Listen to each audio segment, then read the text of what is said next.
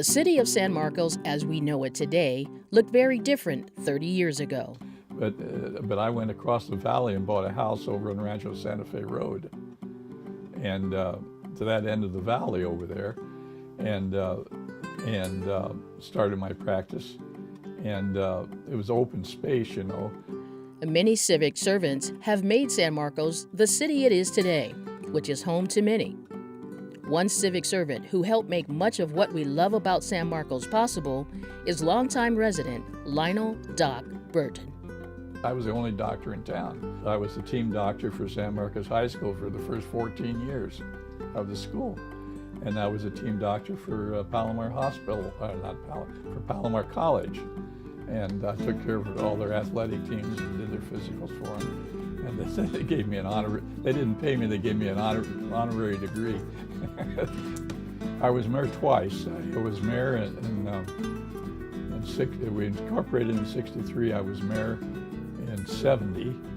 That was when the mayor was, when the council got elected. Whoever had three votes on the council became mayor. 30 years ago, the city was in the middle of lots of growth and pressure from a variety of stakeholders to make a mark on San Marcos, including the waste management industry. They decided to try to build the largest trash-to-energy plant in the United States and to make it a Marvel picture place. And San Marcos would be known as the trash capital of California and the United States. We're going to build this fancy new building. They even built the building. It's part of it's still there. It was going to use all the modern techniques to, burn things that weren't usable. We said, we don't know any, we said to the company, we don't know anything about trash energy plants. You're going to have to educate us. So they sent us around the world. They sent us to Japan. But through cunning awareness, Doc Burton turned the tables, and the rest is San Marcos history. Anyway, I said, why don't we hit this company up for, the city council's always been hitting up for money for this. Some school wants something, or a community of senior citizens want something. And I said, why don't we have them write a check for $1 million, and we'll take the interest off of that and set up a foundation to handle these small. They just sat there and wrote a check out for $1 million. There was nothing to it. And that's how it started. It was my idea. The following council passed the bill, but the idea was mine. The foundation provides grants to a wide variety of nonprofit groups serving San Marcos residents. Grants have been awarded to a diverse group of nonprofit organizations serving different purposes, including arts and culture, children and youth, civic life, education, health and well-being, seniors, and wildlife. There's all kinds of causes. Musical instruments for kids and senior citizens. You can't imagine the requests that come in. Bus tickets for older people at concerts, or it goes on and on and on. It's really amazing. And so we just have a certain amount of money that we can use to help people with. And so we know exactly to the penny how much we have. And so we spend it all or give it away. So you give them a partial amount, they'll ask for $5,000 and you give them $1,000. So we have to analyze each one of them. The San Marcos Community Foundation accepts grant applications on a quarterly basis. To learn more, visit san-marcos.net. Go to Your Government and look for the link to the Community Foundation. Click there and look for Forms and Resources. Then look for the grant application form that fits your needs. Submit your application by mail or in person to the San Marcos Community Foundation, 1 Civic Center Drive, San Marcos, California, 92069. San Marcos is your city, and there are lots of ways to get involved. I tell people that in San Marcos, the citizen can be heard in San Marcos. It isn't the policies of the city council aren't all determined by the moneyed interest in the business, which wants to grow and all that kind of stuff. But if you're a citizen, you have a problem, you can be heard at the city, and they're happy to listen to you. And it isn't true like that in all cities, but it sure is in San Marcos, and it shows. We have a very diversified city, and people don't like it, they can complain at the city hall, and it'll be thoroughly discussed and evaluated, that's the reason we have good schools and good neighborhoods.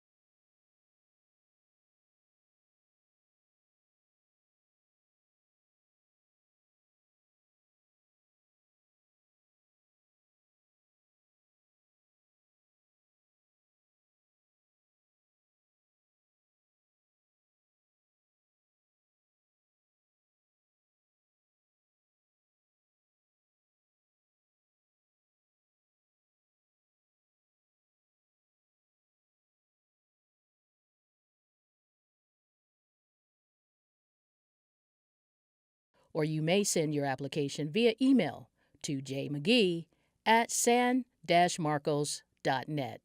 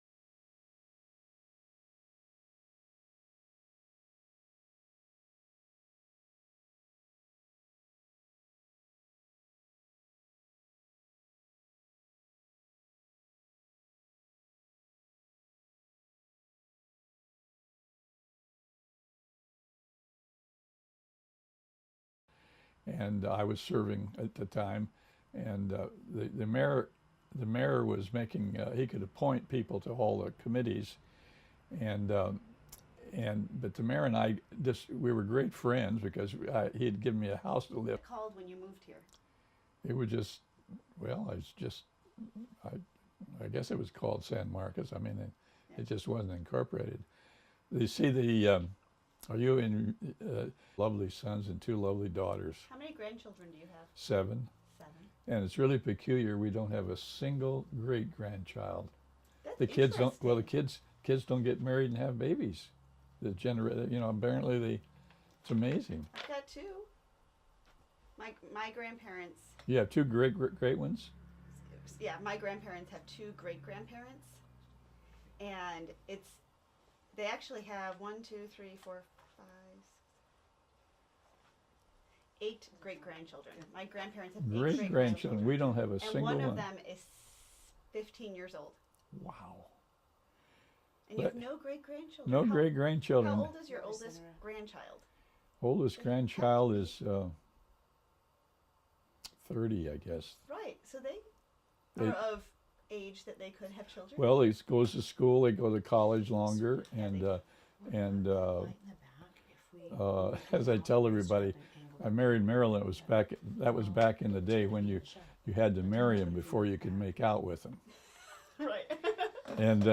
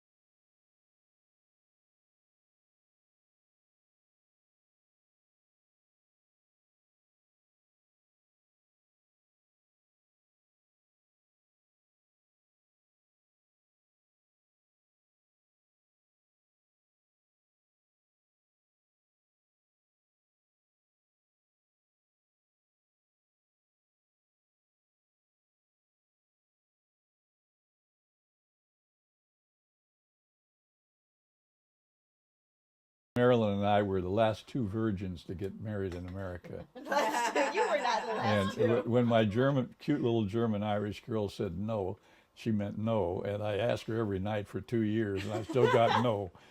So I had to marry her before I could get in her pants. Well, that's why you worked so hard to get into that degree program.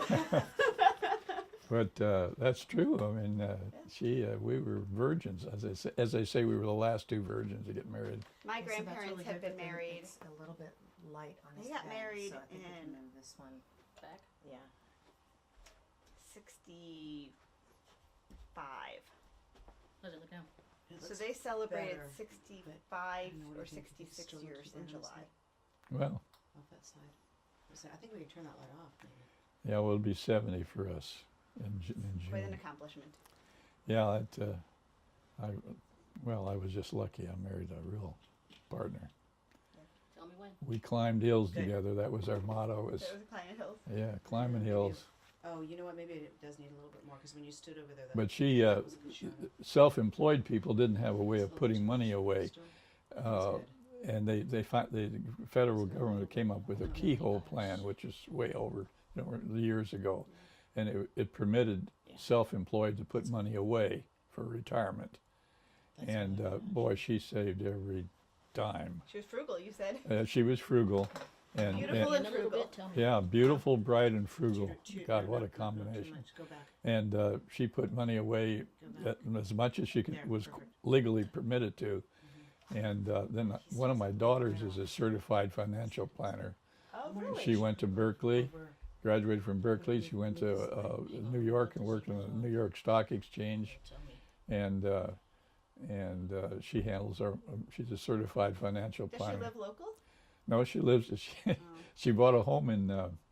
She lives in Connecticut, but she's about to retire, and she bought a place in Del Mar the other day, a fancy, fun. yeah, That'll And- be fun. Where in Connecticut does she live? I have family in Westport. I have family in Stamford and in Bridgeport. Is that right? Well, that's, yeah. Well, So we she. go back often. My husband is from Bridgeport. Well, And that's. Westport, all that area. Stamford, Westport. Well, the taxes are gotten so high up there. So bad. It's terrible that the businesses are moving into other states. Yeah, and but It's she a has. very expensive area of the country to live. It's like here. Yeah, but she, as I say, she married a rich fellow. Family was rich. She met him in Park, and they were, and he died of lung cancer at age 50. So Left- she's widowed. She's been a widow ever since. They had 2 children. He was a wonderful guy, but he apparently he repaired old homes, a lot of old homes that need fixing, and they must have picked up some lung stuff or something. But he died. But his family was rich. They made aluminum equipment for the Air Force during World War II. Then after the war, they got into building aluminum chairs for Sears, you know, for patios and stuff like that. And so she married into a rich family, which is and then he up and dies. But she's got a big practice. No, he's totally zebra-ing out all those forehead. He is? Yeah, there's a lot of zebra. Okay, But, so it's too much? It's too much, yeah. Okay. Maybe, I'm wondering if it would be, yeah, you know what, he moved, so I think we need to close these. You can stay if you need to, if you want. But she has two wonderful kids. And And where do they live? one of them lives in New York, and the other one lives in San Francisco. Oh, nice. He works for Deloitte Deloitte Touche. and Touche? Yeah. Yeah. Did any of your kids or grandchildren become physicians? No. No. One's an attorney, and one's a certified financial planner, and one's a teacher. And my daughter runs the who's that big motel restaurant on not on Shelter Island, but as you go in. Doc, can I have you sit back for a little bit Yeah. so we can make sure that we have Good lighting. She runs a big motel in San Diego. You know what, Okay. I'm wondering if we should close that some more, because when he moves over to the left a little bit, it starts, the lighting goes. Well, I want to get this shot, Okay. and that's good. Mm-hmm. I think if that's a little bit lit up, that's fine. Okay. I just don't We want. can take it out in post. Yeah, I just don't want him to be. I'm sorry, Jessica, for standing in front of you. You're fine. Okay, we good? Yeah. I'm just trying to stay out of your way. You're fine. Yes. Okay, so Doc, the whole time that we're doing this, you're gonna look at Jessica. Oh. We're just gonna be sitting here pretending like we're not even here. All this Okay. Just have a conversation with her like you were doing. Okay. So, Doc, tell me about when you first moved to San Marcos. What brought you here? Well, I came here because I had a classmate in MD, I'll call it MD school, and he and I were good friends. And he practiced in San Marcos. He had a medical practice here. He was from California to begin with. He lived in Orange County. His family did, and so he practiced in San Marcos. But I was in Oregon, and I'd come down and visit him and play golf, because in Oregon it rains. You know, God, everybody knows that God gave Wednesday afternoon for doctors to play golf. And in Oregon, the sun would be out on Tuesday, gorgeous days, you know, when the sun comes out up there, it's gorgeous. And then on Wednesday it'd be raining like hell, and the sun would be out on Thursday. And that happened too many times. So so Dr. Collins might say, why don't you move to California? And it'd have to take a state board exam, you know, and you've been away from him for a while. And but anyway, I decided I'd take it, and it was a 5-day, took 5 days to take the exam, if you can imagine that. But I was told by, God bless whoever it was, he said that you'll be in a room, there'll be 300 or 400 people taking this exam, and you'll see them get up and walk out, because he said that medicine, surgery, and obstetrics that you're making your living on, you better know what the answers are, because that's how you make your living. But they're going to ask you a bunch of basic science questions that you've been away from in organic chemistry for 10, 12 years, and you won't remember the answers and stuff, and you're going to feel bad. And sure enough, about 50 or 60 guys would get up with tears in their eyes, you know, and walk out of the exam.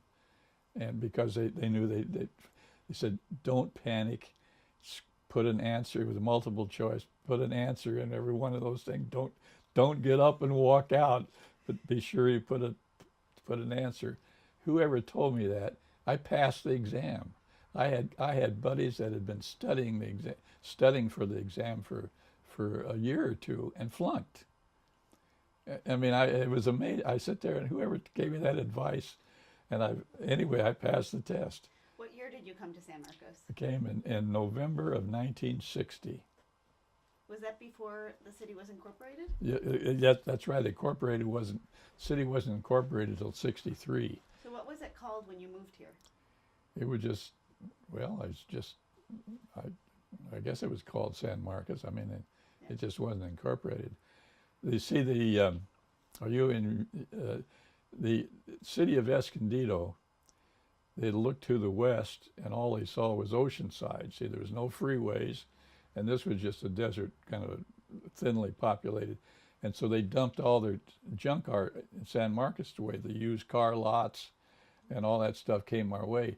And so we needed to get a hold of our own zoning so we could control our zone. That's what, and you got to blame the Chamber of Commerce, because it was in 1963, and I'm trying to remember the Chamber's president.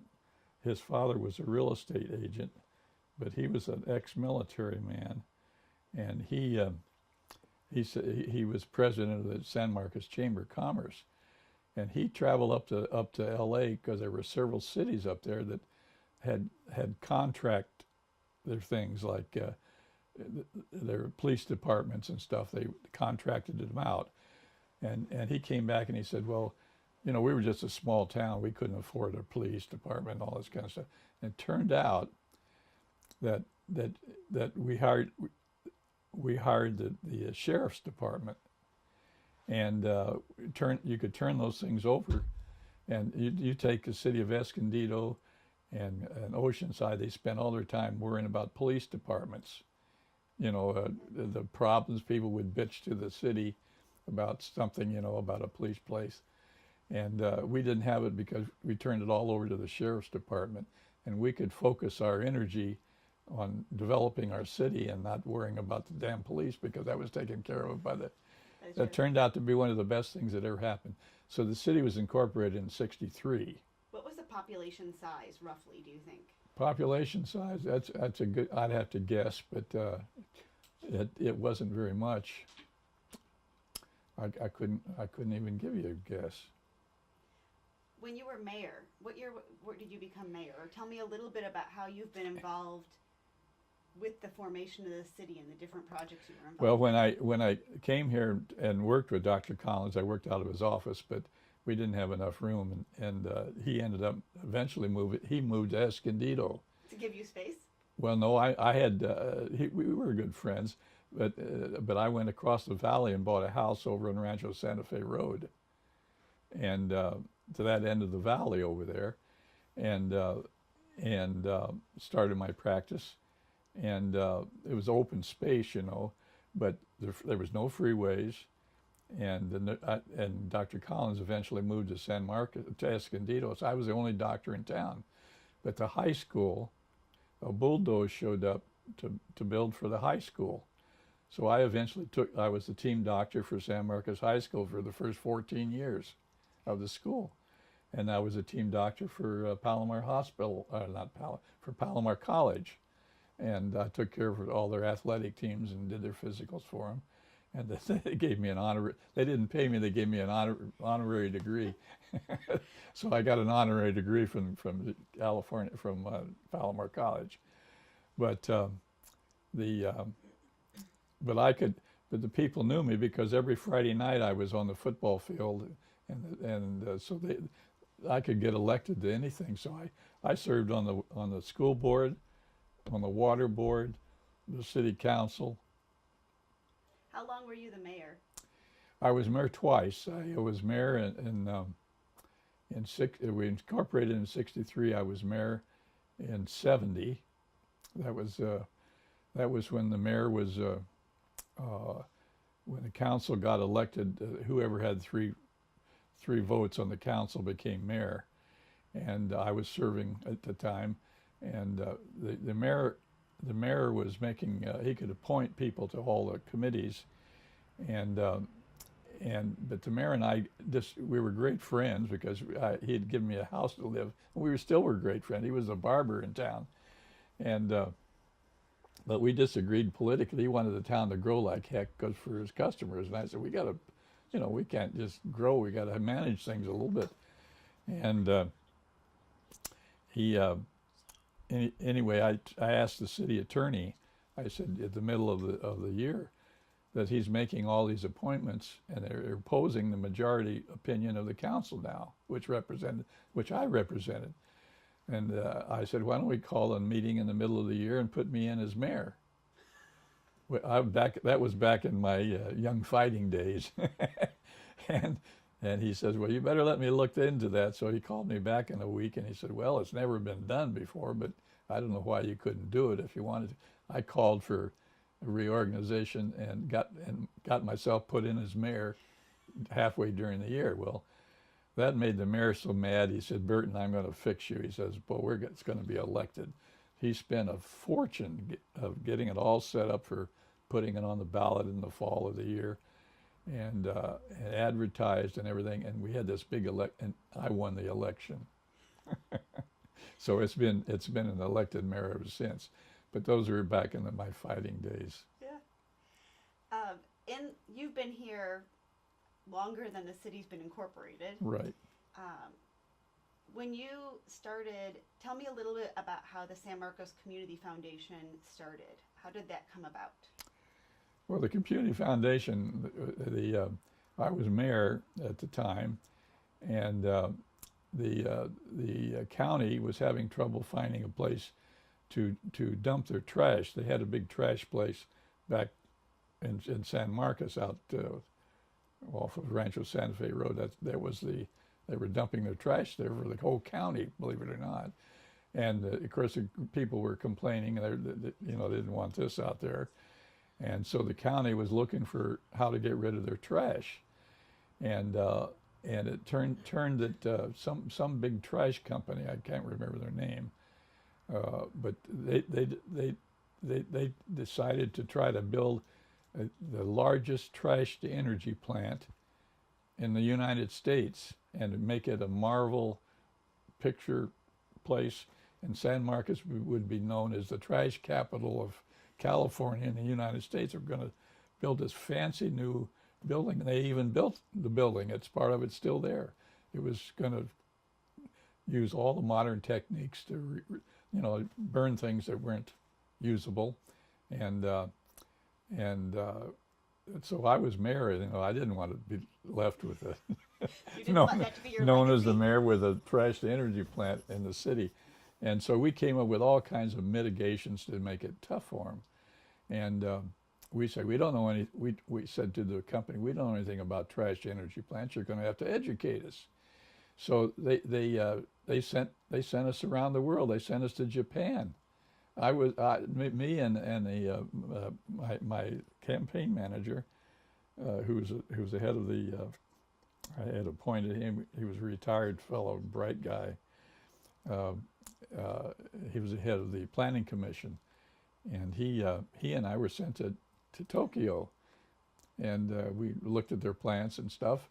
Anyway, I said, why don't we hit this company up for, the city council's always been hitting up for money for this. Some school wants something, or a community of senior citizens want something. And I said, why don't we have them write a check for $1 million, and we'll take the interest off of that and set up a foundation to handle these small.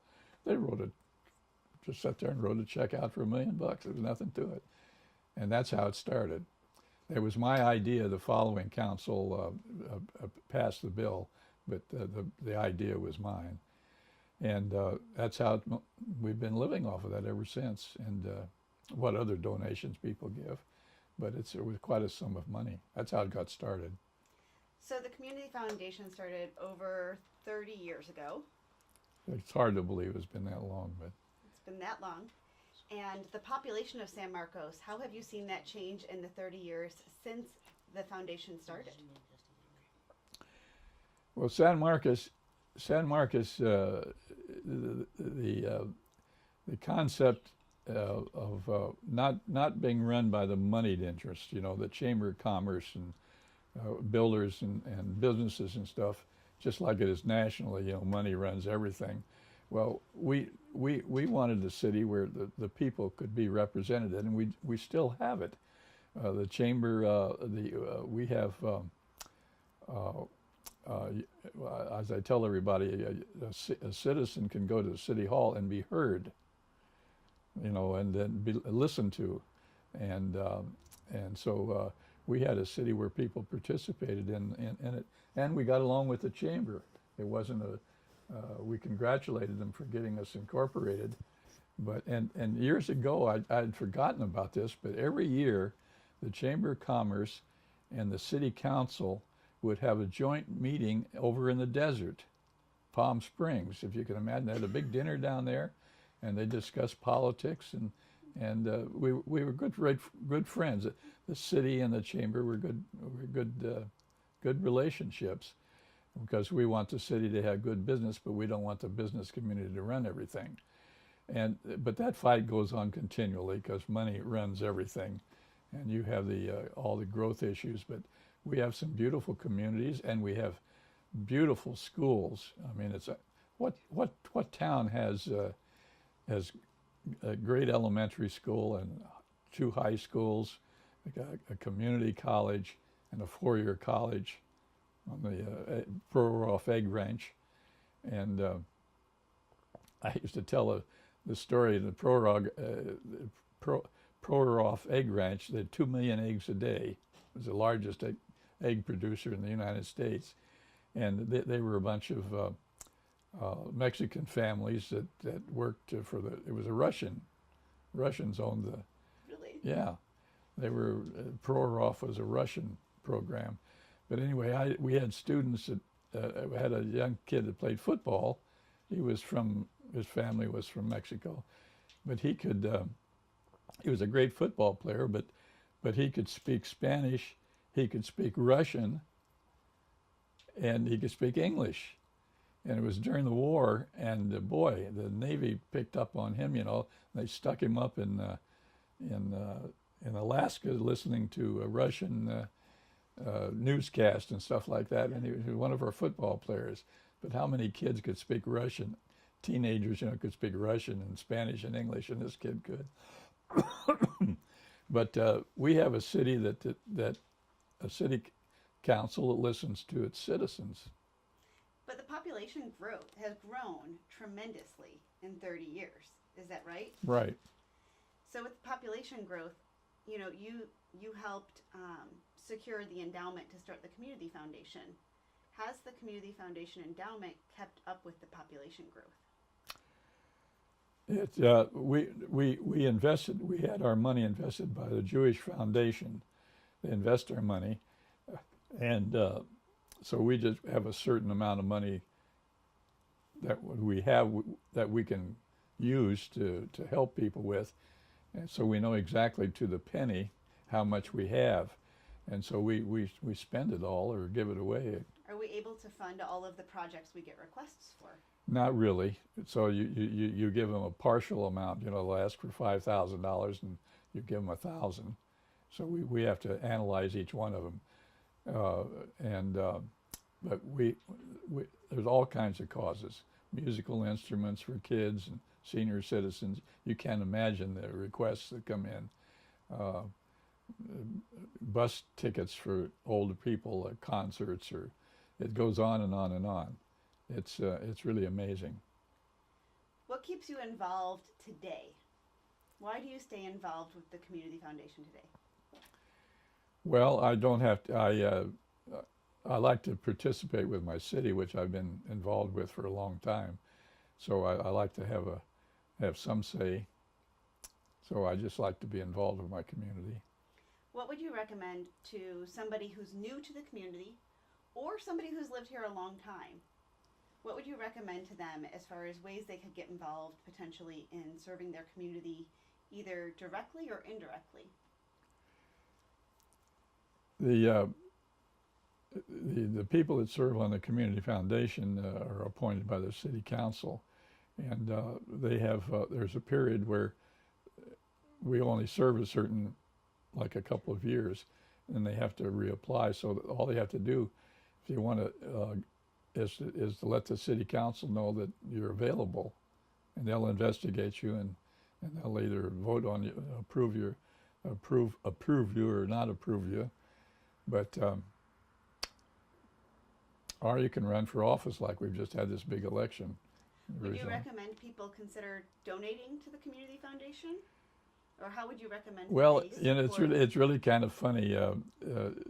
People are asking for money in the mail every day, and you just get a request for money that drives you out of your mind. Today, I bet we'll have 3 or 4 requests for money. It goes on and on and on. So we don't really like to ask people for money, but there are people that are wealthy people. Somebody's retired and left the money, and if they want to support the city, they're certainly happy to, and we're glad to have their money. But we don't like to push. At least I don't. You know, I mean, I get asked for money so much that I just go crazy, and I don't want to make a big issue out of asking for money. But there are people that do have a lot of money, and they're looking for places to use it. So we're a very legitimate, run a real legitimate program. We investigate the deals before we give money away. And so if you want to be helpful, have money, we watch it very carefully and give it away very specially. When you think back on the time you've been involved with the city and the community foundation, what 1 or 2 projects really stand out as home runs to you, or ones that you have a strong memory for? Well, we buy a lot of musical instruments for kids in different music programs. That has always seemed important to me, and so we help with instruments. There's several activities with senior citizens that we help them with their transportation costs, and that there are several musical projects at Palomar College and at Cal State that musical programs that they'll ask for help and support at the Cal State San Marcos and Palomar College, and we support those programs. You have a very interesting history with this city. It is part of you.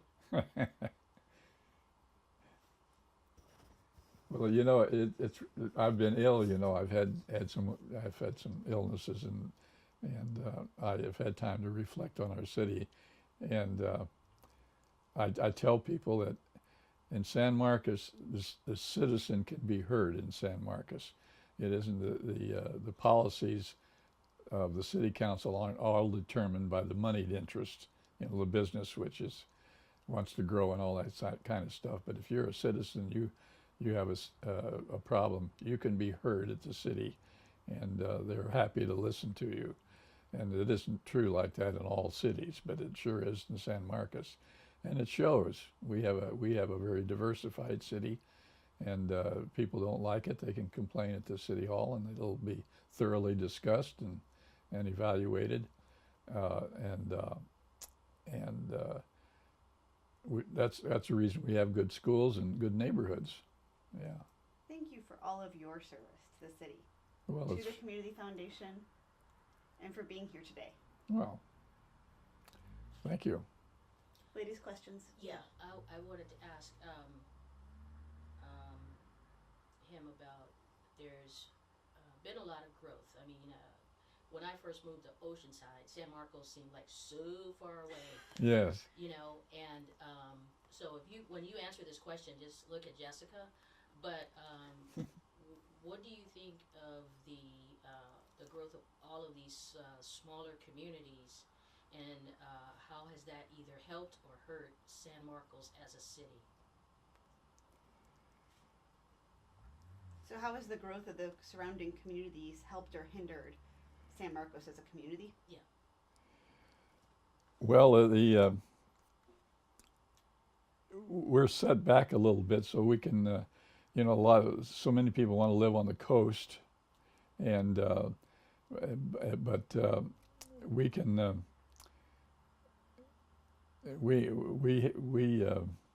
we're close enough to the coast to where we get the benefit of weather, which is fantastic, but we can be a little choosy, you know, with what is developed here. We have the liberty to do it, whereas Oceanside and now Carlsbad, I always tell everybody, city of Carlsbad and San Marcos have the two best run cities in the county, but you take Oceanside and Vista and Escondido, they're basket cases. They're overwhelmed, and they can't handle all the problems. I'm not sure whether that answers the question exactly right, but San Marcos,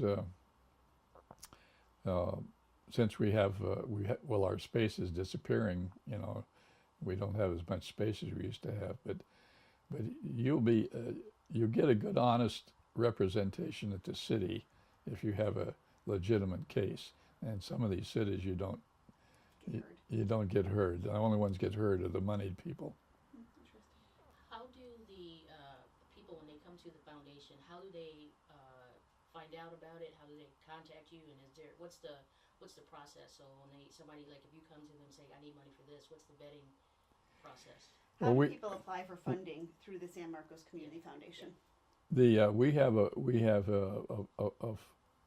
We work through the city, because the city gives us a person, you know, that works with the